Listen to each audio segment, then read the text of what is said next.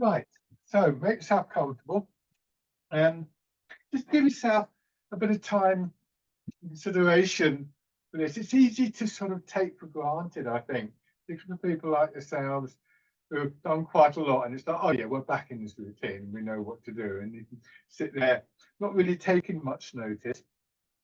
I know it's easy for me to do that. Sometimes I pass over this quite quickly, but I've talked about any number of ways of sort of understanding and intending this posture, and you pick the ones that are useful for you at any time. So it might be that thinking of the way that your body's being supported, your feet, your hips, your skeleton, feeling your weight sinking down. It might just be a general kind of sense of awareness of what you're looking towards. And I think the details of, for instance, you want your feet below your knees. You want to feel that ideally your feet, your legs are providing some of the support. And that would involve just tilting forward very, very slightly so that your weight is going down in that space between feet and hips rather than right back at the edge. Hips are dropping back, and one subtle element of the posture that I think can be easily overlooked is how we position our head. And whether you're upright as we would be in the standing or slightly angled, what happens is if I stick my chin out a long way, you can see my head is back, and the spine is really curved in my neck. And sometimes we correct that by bending the neck forwards, but kind of in between that is this idea that we draw our chin in. So it's not looking downwards, not bending the neck, but it is doing something that just tilts your head very, very slightly onto an angling downwards. One of my early teachers used to describe this. She was talking about the standing posture. So you're standing on a hill looking out over a valley. I have to say that's not a great image for me because I've lived all my life on the east coast of England. So I tend to think of standing on the seashore looking out at the horizon. That's a much more real image to me. But either way, so just this slight sense of angling downwards. And between that sinking down in your hips and that very subtle lift up, because what will happen is the ridge of bone at the back of your skull will raise slightly, and that just draws the spine out. And I like the image of the spine being like a pearl necklace. I'll come back to that in a moment, but just warming up a little bit, rubbing your hands together, and then tapping over your face, and then over your head.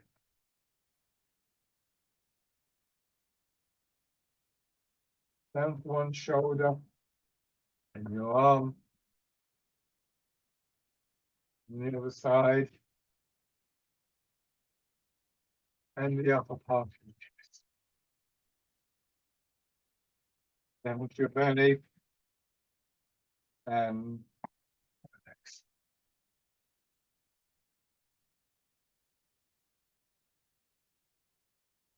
Now, sitting back, feet out in this reclining position, points is an essential element in that arrangement, in that sort of posture that we're looking for. And I suppose you could say it's one of the main aims of the posture, which is to allow gravity to work through your body, not to pull you over, because we're specific, as I said, about where we want the weight to go, but to not resist the pull of gravity. And what we find is that we can begin to release quite a lot of the stiffness, the tightness in our body. It won't all just magically go away, but we've taken away some of the need for it. And at the same time, we feel supported by the chair. So in this posture, there's actually a two-way movement. You sort of flop back in the chair, so there's a downward movement. And yet at the same time, hopefully, you haven't just crashed to the ground because there's the chair there. So in terms of sort of what you might think of as physics, there's a two-way movement. There's the downward pull of gravity, but there's the natural resistance of the chair to that. And we can think of those as energies moving through our body.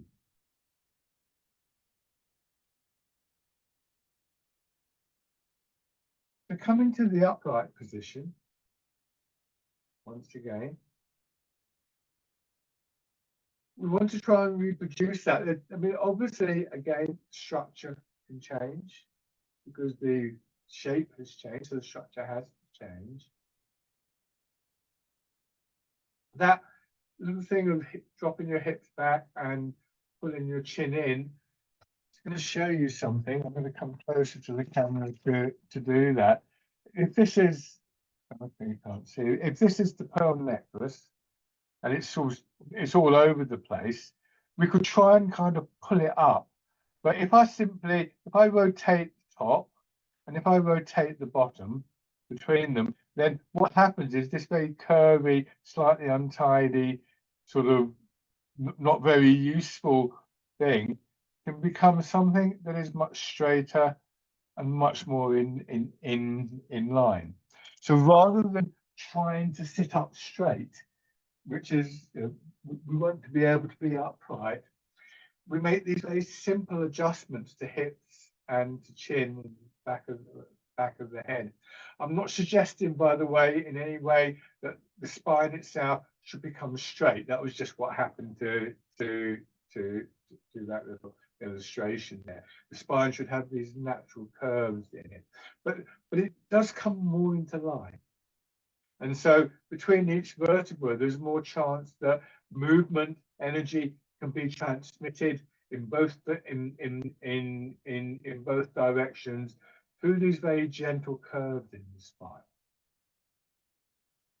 As we start to move, part of what we're trying to do is to retain these qualities. And some of that is an awareness of structure. Some of that is about how we move. And some of it comes down to an intuitive grasp of the feel of the movement. So beginning to turn your head.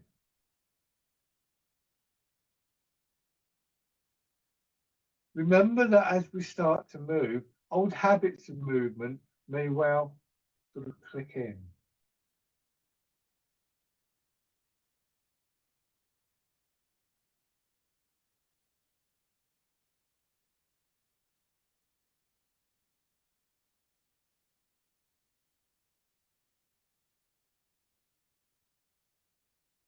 So if, for instance, at some point in your life, you've had some kind of condition or some kind of injury to your neck, there's probably still going to be a little bit of sort of almost reluctance to move.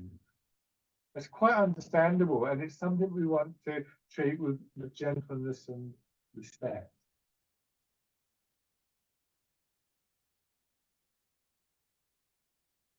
And then hands on your shoulders, onto the shoulders.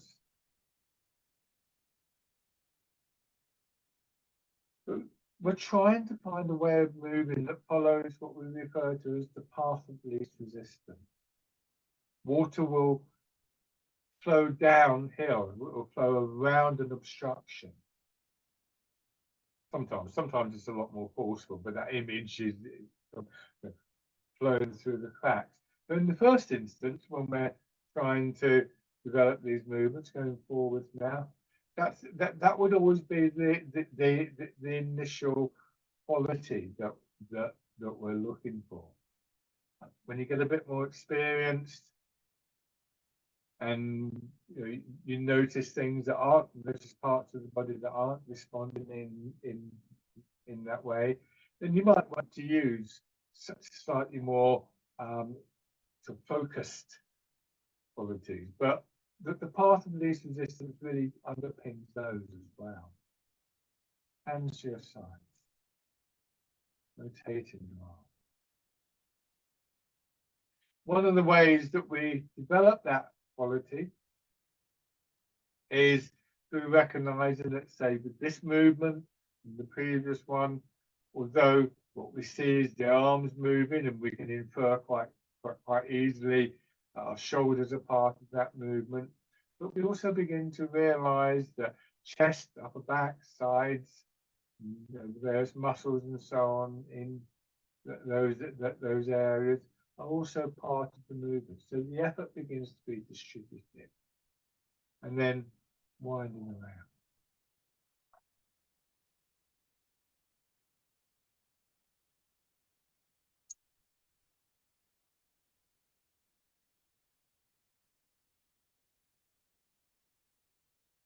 And then back the other way.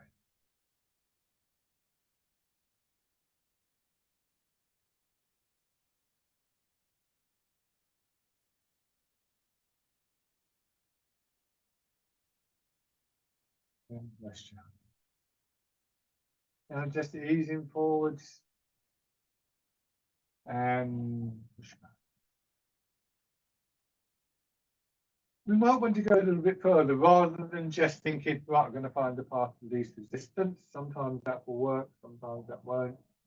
I sometimes use an image that the movement itself is like water, again.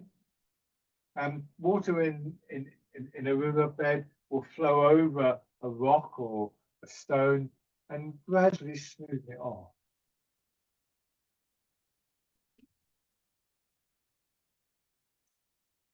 We might also want to consider, to the extent that we can, structure and how we're moving. So the structure I've already talked about. This movement is very much dependent on what's happening in feet and hips. The weight sinks into your hips. You push forwards very gently, almost like you're about to stand up, but you don't go that far. You just let your weight sink into your legs and then you push back a little bit. Or rather, particularly with your legs, but also with buttocks, hips, lower back. With practice, and remember, the yielding is an important part of that. That very clear, as I said about the chair providing an upward movement. As we physically condition our body through the practice, we become very aware of a kind of innate springiness, particularly in legs. So rather than thinking, I've got to push back, you can observe the movement and spot the moment when the pushback starts.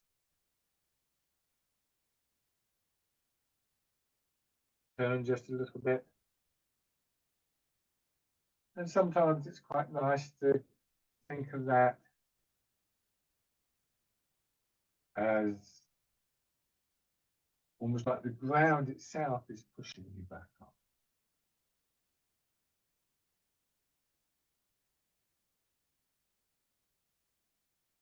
And just as if if you changed the chair that you're sitting in and it was more springy or less springy, so the experience of this would change. So sometimes, particularly when standing, what you're standing on can make a difference. You can feel different with hard concrete compared to, say, soft grass.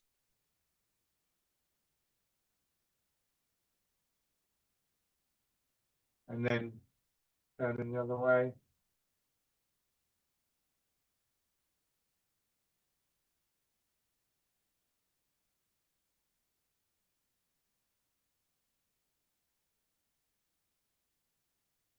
Listen, part of your attention rests in that middle part of your body, pelvis, hips, waist.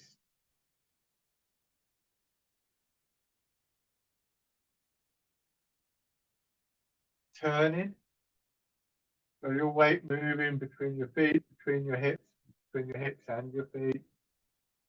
That movement drawing your shoulders around, and in between your spine, as long as you don't go too far, but as long as you don't go right out there. So again, an understanding of the physical aspect of the posture and the alignment is important, but with that awareness, the spine can almost begin to float in your back like a plant floating in water.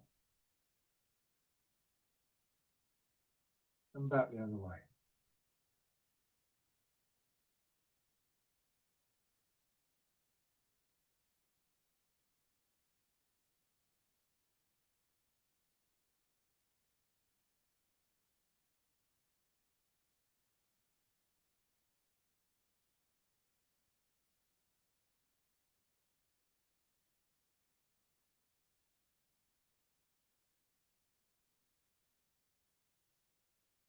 Come back to the center and then step out and back.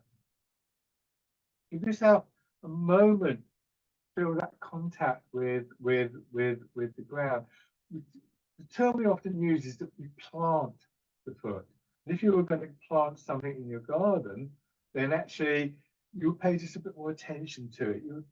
You might put a bulb in or something like that, or a seedling, and very gently press the earth around it. So just an opportunity to make sure that the way that we're connecting to the ground is very full rather than a kind of half-hearted attempt. And then on the other side.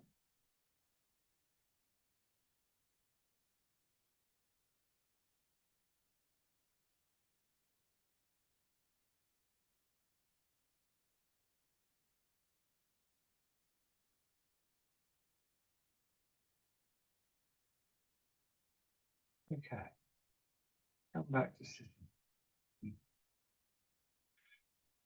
Understand that if you're not used to this posture, or even if you are used to this posture, actually, it is very strong. It's still requiring your body to to condition. You need to rest. There's nothing gained in sitting there thinking, "Oh, my back's hurting, but I've got to sit like this because in 10 years' time it's going to be all right." It doesn't work like that. Sit back, rest when you need to. You go back some supportive if you need. So this opening set of movements, the rotations and things like that, as well as having a clear value to loosen the joints and so on, yeah, pointers at things that we want to try and maintain as we go through the exercises, the rest of the exercises, which is quite challenging. And if we practice those opening movements that we've just done, then we start to develop an intuitional sense of how it should feel. And that intuition can sometimes be the thing that guides our intention. Now, hands down by your sides, weight back in your hips, hands facing forwards, and then bird folds its wings.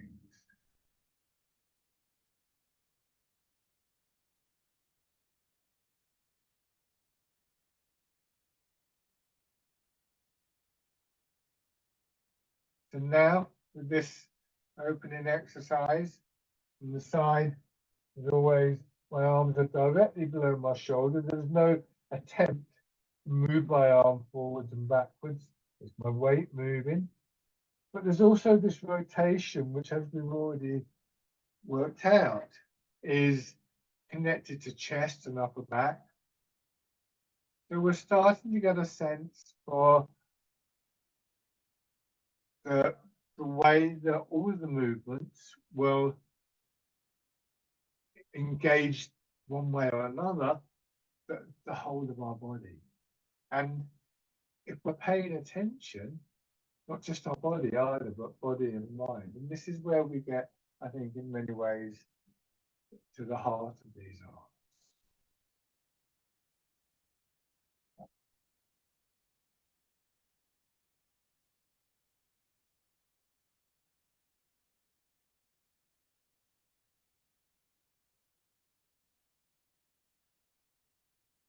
Now, this time when you go forwards, I can't do both hands, but you do it with both hands.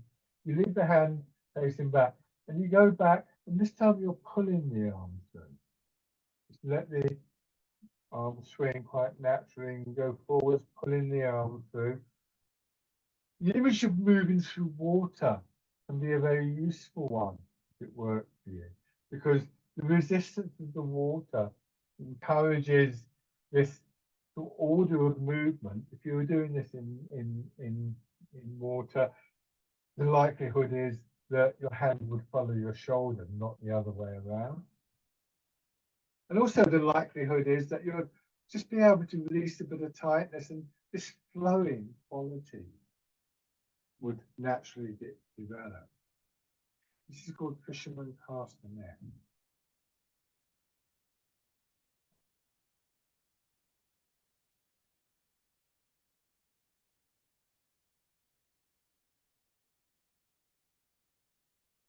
Feeling that wave-like movement from your feet up through into your hips and your pelvis and into your upper body, and then down into your hips, and then same idea from hips to feet.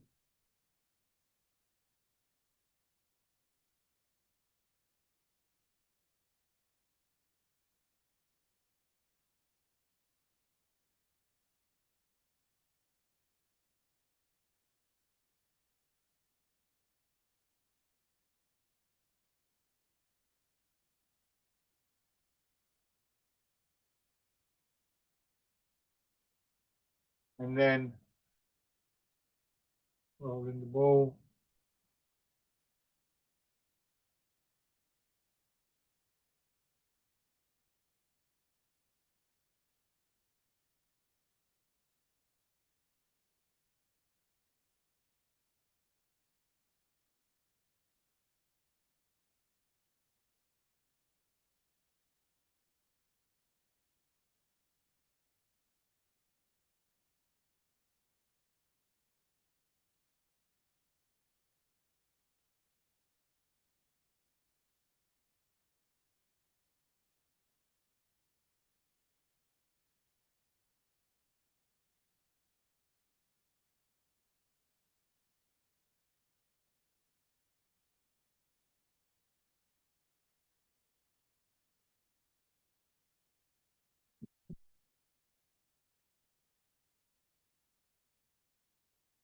And now, as you come up, turn your hands palm in, drawing your elbows apart, but maybe also just feel it as though your shoulder blades are sliding together.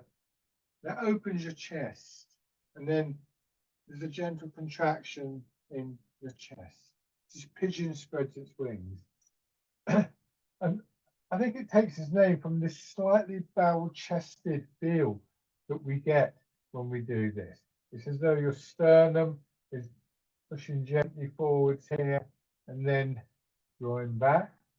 But I would emphasize, let me just stay in this position, see where my hands finish up. I'm not going back there.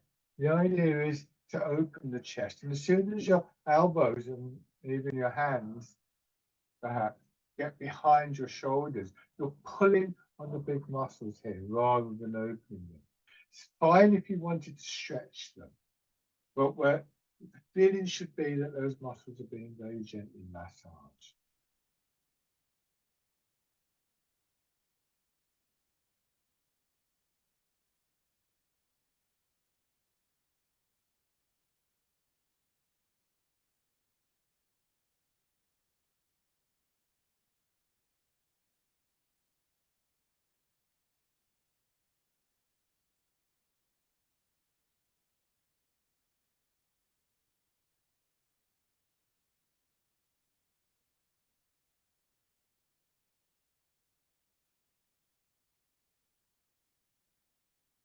One more time. Straight the chains to the exercise, pushing away. And what happens here is our hands stay in front of our hips, but our elbows go out slightly, not behind, but out. So we get that same opening of the chest. It's almost like you're squeezing your elbows in, but it means that this forwards movement is actually quite a a powerful one, because we're not just using our arms, we're using the weight of our body going forwards, but also we're engaging those aspects of the upper body. When one part of our body is in motion at a time, our whole body is in motion. And in addition, this has a very focused feel. You're pushing into something. So you have a kind of, I suppose you could call it a target, of a focus. Don't overextend your arm.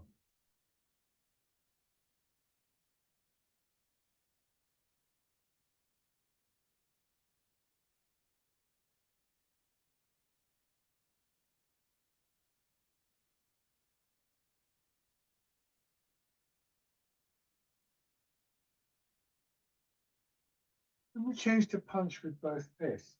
A loose, hollow fist, you should be able to get a finger down the middle. The hands are just above your legs. And again, elbows don't go behind. So the angle of my elbow will change just a little bit. But the majority of the movement is forwards and backwards. If the independent movement on my arm is about that far. The rest of the movement is my weight movement.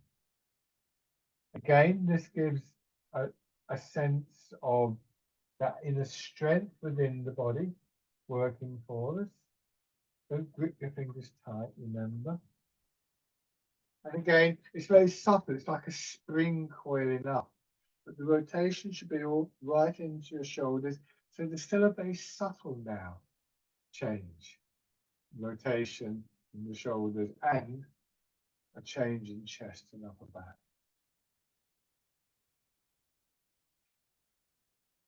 So let's go back and go from pigeon spread its wings in a little 3-part sequence. We'll just do a few rounds of this to give you a chance to compare between movements.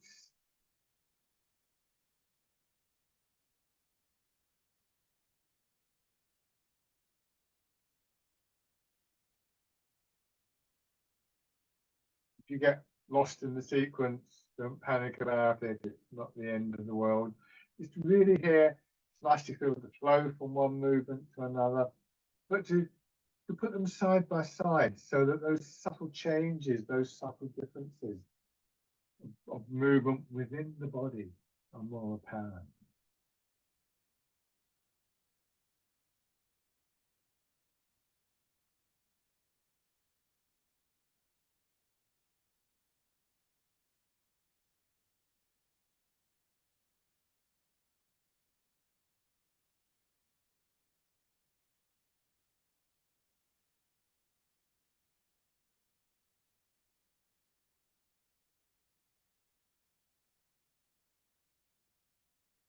One more round of this.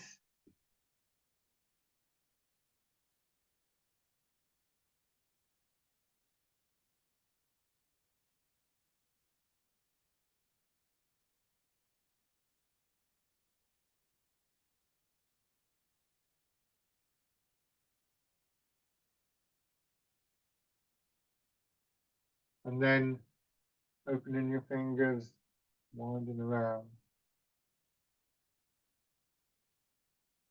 and press pause.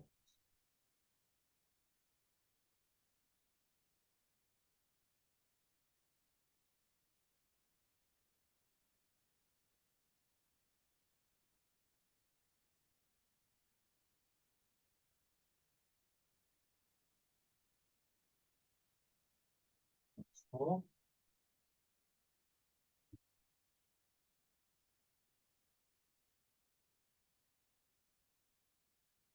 Go to polishing the table. You turn your hands palm down. You turn.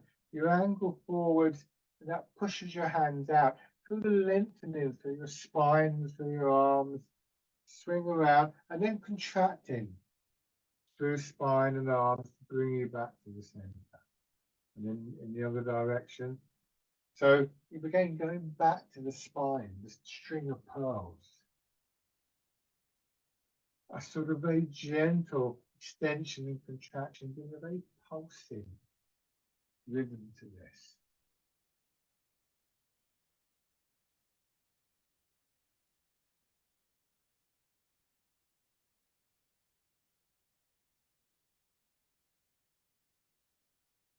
Trying not to struggle to return to the center, to the upright position, allowing that natural elasticity in your body, combination with what's happening in your feet and your hips, so on. Just developing a sense of confidence, really, that will bring you back. One more round of this.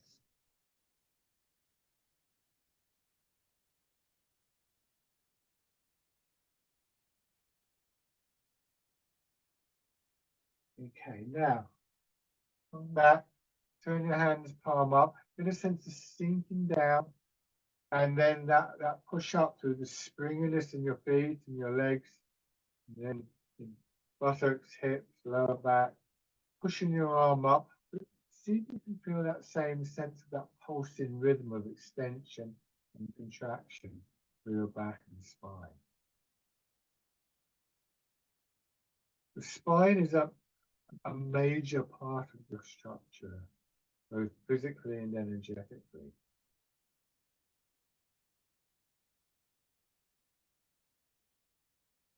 It's like a wave, a ripple passing from vertebra to vertebra.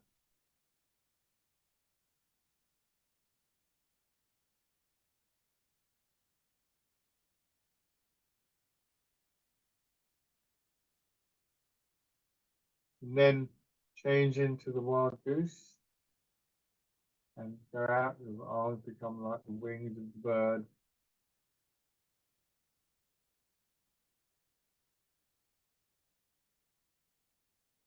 Obviously being able to turn your attention inside in the way that I've been talking about is something that would be come much more smoothly if you're more familiar with the movements.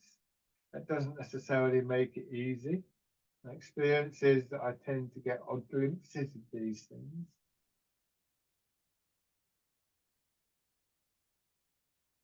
One more time.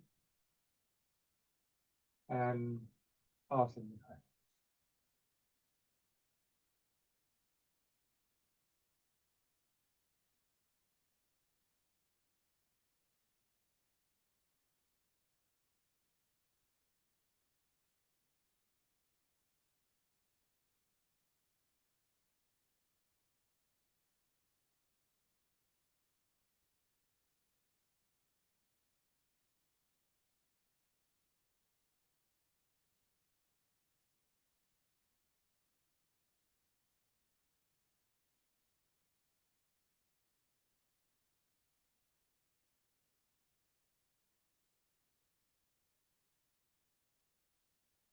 Let your arms hang down. So the weight of your arms hanging down.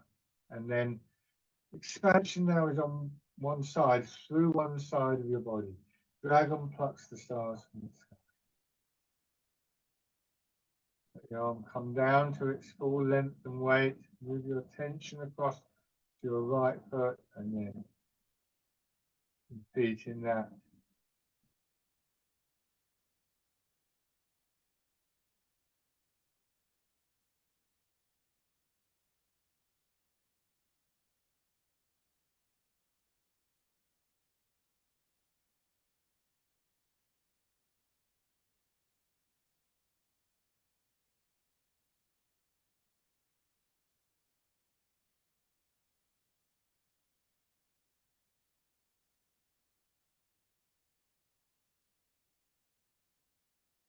Take your time.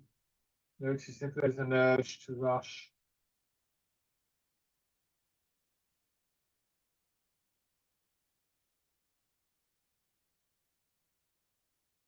And then let your arm come down, and your elbows, bringing your hands across. And with the next expansion, through the center of your body again, pushing up. Contracting Expanding, but this time letting your elbows drop, and that changes it to a sideways move.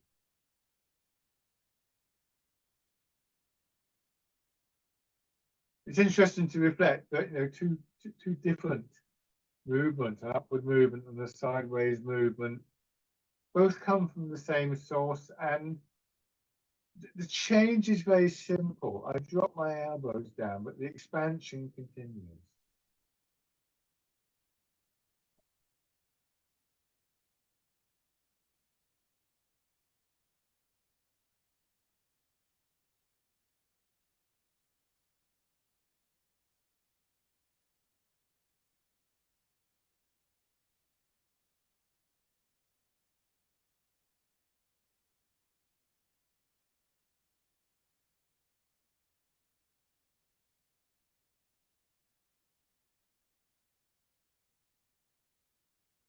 This time, as you push out, 1 foot forward, just let the weight of your leg rest in your heel, but most of your weight is back. And scooping the seat, and then your hips coming back, drawing your shoulders up, drawing your arms up, drawing your head up, looking at the sky. Scooping the seat and looking at the sky.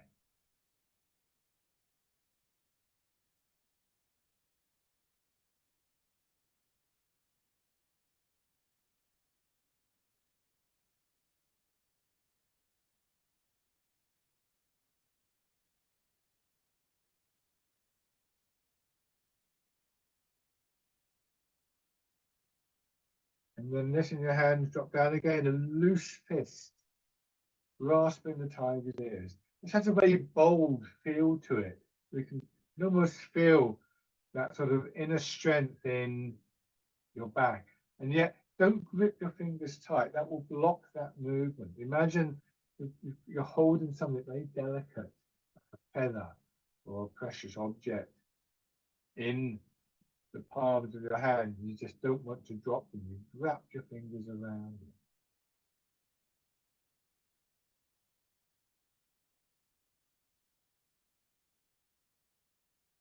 Changing sides.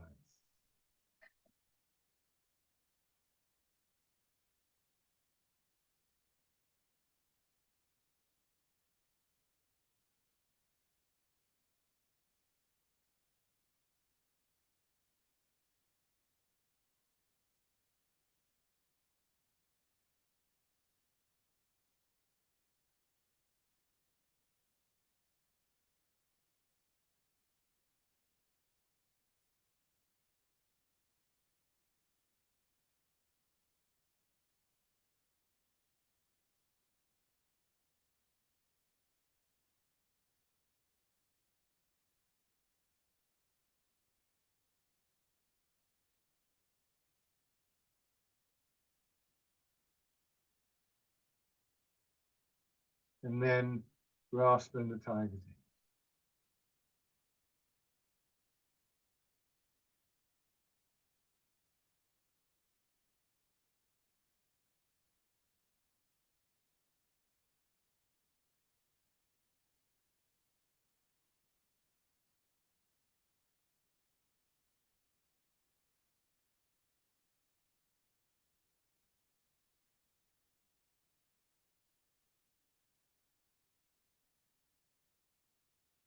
And then so I spent considerably longer on those basic exercises than I often do, quite deliberately, because as I said before, sometimes it's easy to overlook these things. We're used to the routine. Oh, I'm doing this one, I'm doing this one, and to actually just sit back and come back to something that I often do this, and I think, well, I thought I knew this, but I didn't. There's always something there um, well, not always, but yeah, there's often new areas that open up within the familiar. Rubbing your hands together again, tapping out of your face,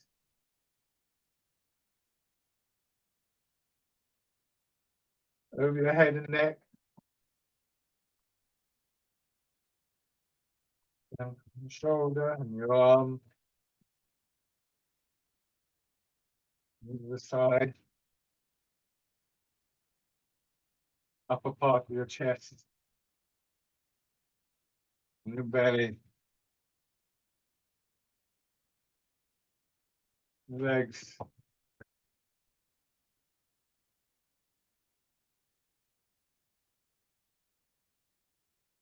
Pushing your heels up.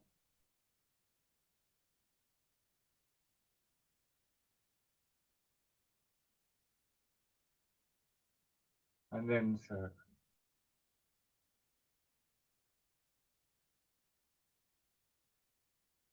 And back the other way.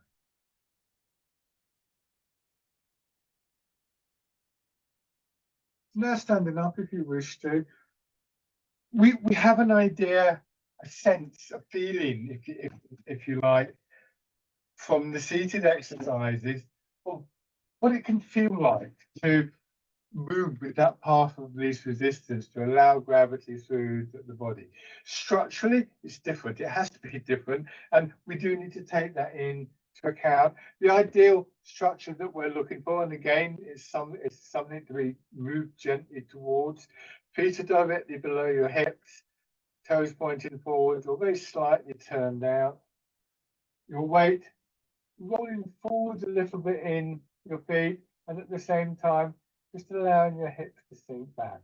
So a grounded posture, but an upright one. You can see where my arms are falling directly from shoulders to hips. My middle finger's pointing down at my ankle. So once again, we have a posture where we can get a sense of this is how we want to feel as what we're moving. This is what we're moving towards.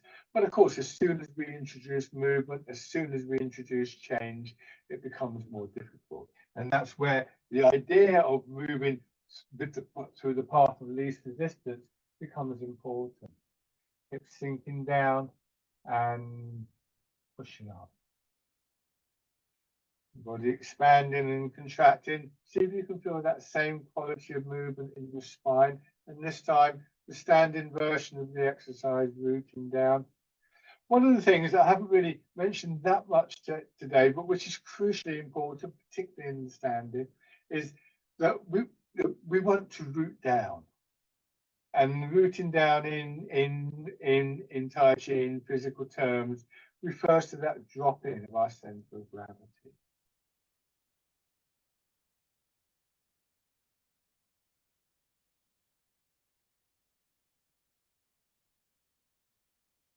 Maybe feel that sense of a wave-like movement, a wave-like energy filling your body and draining away. Filling, and as it drains away, maybe able to get a sense of it sort of taking away some of the tension, almost like you've got a shower that's working inside your body rather than over the surface of your body.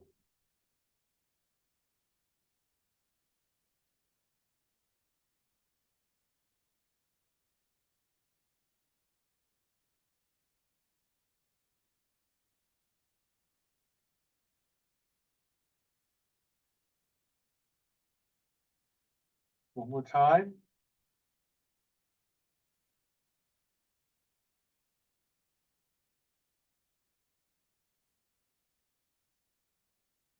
And shake that. I'm going to change the stance. Turn one foot out. You can play about with that angle. Step forward with the other foot, toes pointing straight ahead. And you can see I've still got that hip width stance. Begin to move your weight again. This time the principal movement, of course, is from foot to foot. Again, you could think of that gentle push against the ground or the expansion up from the ground. This is not a metaphor in Tai Chi. When we talk about being grounded, we are literally moving from the ground, because this way I get pushed forward. If I start from up here, then I risk losing stability, and before that I would tense up and so on and so forth. So think of if you have a stack of books on the floor, a few boxes on the floor, and you decide to push them out the way, you would push from the bottom. So these ideas can sound very metaphysical, esoteric, but they have very, very practical elements to. So we're trying to move now with these qualities, and that's all, we're trying to transfer our weight. That's always going to be more difficult. Again, releasing, following the path of least resistance is the way we want to work with those difficulties when we encounter them. You can begin to raise your toes and heel. You can turn the front foot out now. And as you do that, more of your weight will settle into each leg. One of the things I'm trying to do, and I'll show you this from the side, you imagine this as being something going up through the middle of my body, the center line of my body. You can see it's not a precise thing, but here you can see that center line is getting closer and closer to my feet. So it got tilted there. It's not the easiest of exercises to do. So then what I want to try and do, I'll try and do this with the pole. I bring the front foot in. I've got the support, the alignment, the stability, the root here. If I'd done this, then I start to lose that.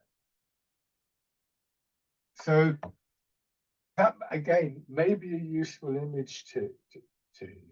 Try not to think of balance, but try to be stable. Again, not fighting against the pull of gravity, but beyond that, not only are we not fighting against the pull of gravity, but we're using gravity to draw our center of gravity down, to draw our hips down. The very thing that might have pulled us over is actually helping us to remain stable. And then on the other side, going feet hip width apart, transferring your weight. The idea that we turn around our response to the pull of gravity has its roots in the martial side of Tai Chi, where we kind of what our aim would be is not to match strength with strength, but rather to blend with whatever forces we're acting on us. And of course, gravity is the principal force that acts on us most of our life. Raising your toes and your hips. Easy and gentle. Stepping in.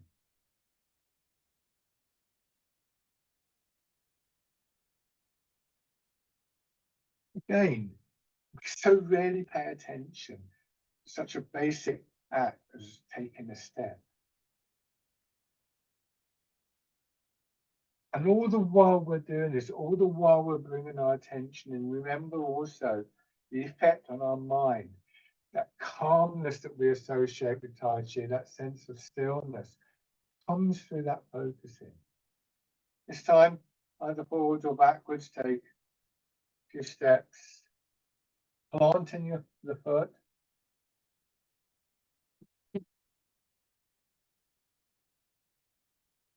Planting it in the correct position. I'm going to change direction now. Making sure I don't trip over the pole. That wouldn't look great, would it?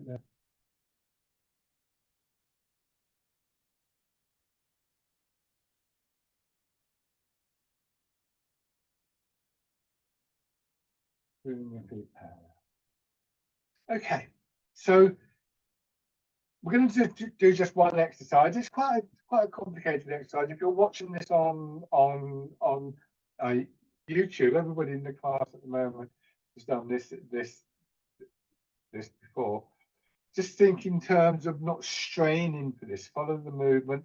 I'm going to start in my back leg, and again, if try and go forward if you've got the space, but you can go in any direction. Arms at your sides. you go forward, you settle into the front leg and you turn to swing your arms out. Raise the back heel, bring your foot in, plant the foot forward, move the weight forwards, dropping your hands as you do, turning and let the arms swing out. Bring the foot in. Now, it's up to you. If you feel comfortable raising the leg a little bit more, you can do, or you can just leave the foot down. Nothing spectacular about standing on one leg. If you want to, just raise the foot up and extend and plant. This is dragonfly skims the water. Try and keep the feeling of your hips sinking backwards, dropping backwards, especially if you are raising your leg. I'm going to go one more time forwards. It can be helpful, and I'm going back now, it can be helpful to think that actually it's the dropping of your hips, raising your leg, and in particular your knee, like when you push down on one end of a seesaw.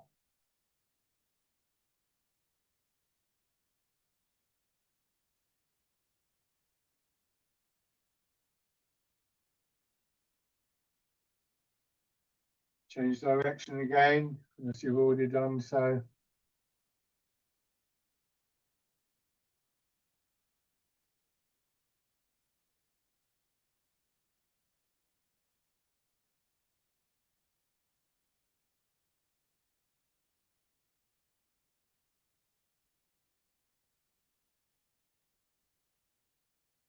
I'm going to go back.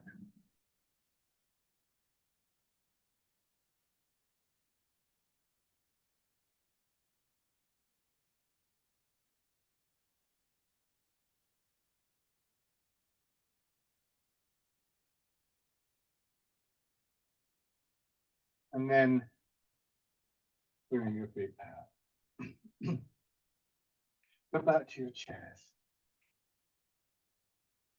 Just to remind people, if you haven't, or in case you hadn't realised, there won't be a class on May the 2nd. I know it's a little bit ahead, it's polling day. I mean, I'm happy to say that my room's not being used as a polling station, but I will actually be going away at that point for a couple of days. But other than that, we should be fine.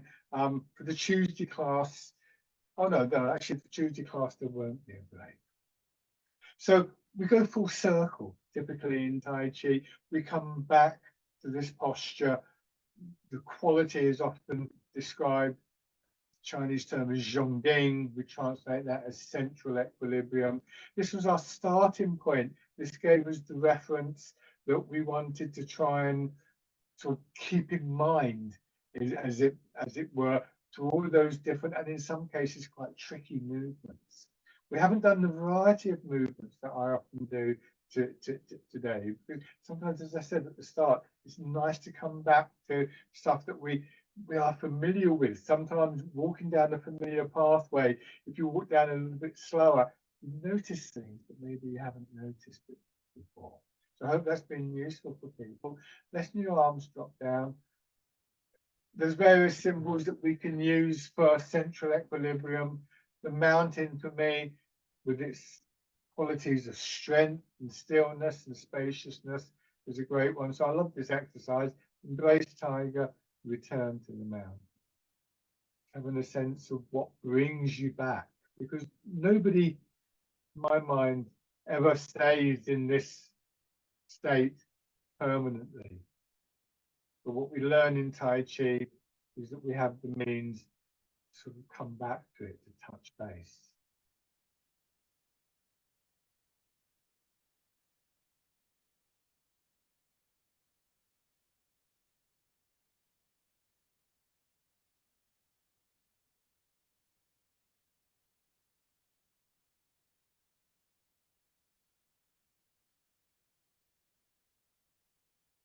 One more time.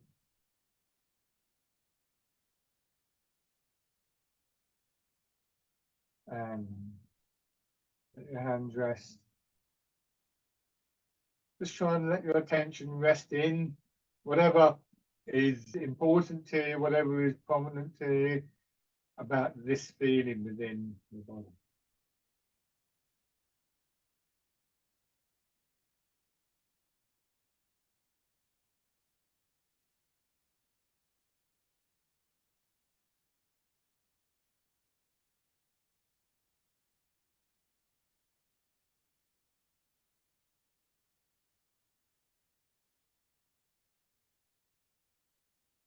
And just open your eyes.